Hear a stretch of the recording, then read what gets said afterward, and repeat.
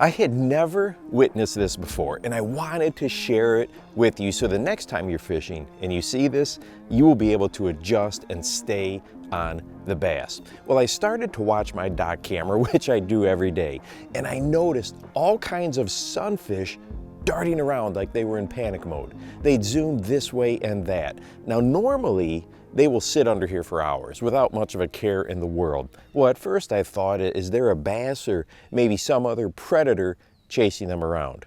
Then I saw it. There were carp darting down the shoreline, back and forth, one after another. They kept buzzing around. Now, I'm not a carp behavior expert by any means, and you can share your thoughts below. But what I believe is happening is some pre-spawn behavior for the carp.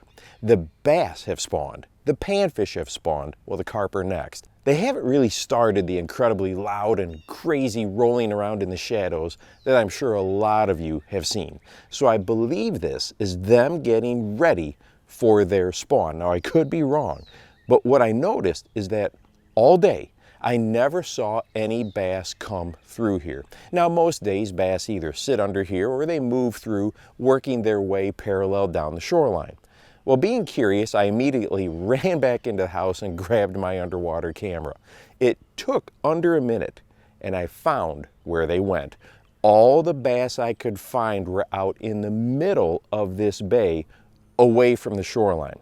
However, it is important to note they just weren't, hanging out or sitting still, loafing in an area. They were out and about, moving and roaming around. Now, I don't know if all the craziness happening up in the shallows was still making them uneasy out here, but they pulled off the bank and away from the shoreline. Well, until I witnessed this, if I was fishing and came in here, I would have worked the shoreline like 99% of anglers do. But from what I can tell, pretty much every cast would have been nowhere near where the bass were actually at. So my takeaway, and we'll see if this holds true year after year, is that if you see carp ripping down the shoreline, not their normal, lazy, meandering behavior, it is probably worth checking for the bass out away from that shoreline. Let me know if you have run across this in the past. And hey, if you like bass behavior, I've got 40 videos in my bass behavior bundle. Links are down below. And if you'd like to watch a video that talks about what we can do as anglers or my favorite strategy for changing water conditions, go ahead and check this one out right here. And make sure that you go out and encourage someone today.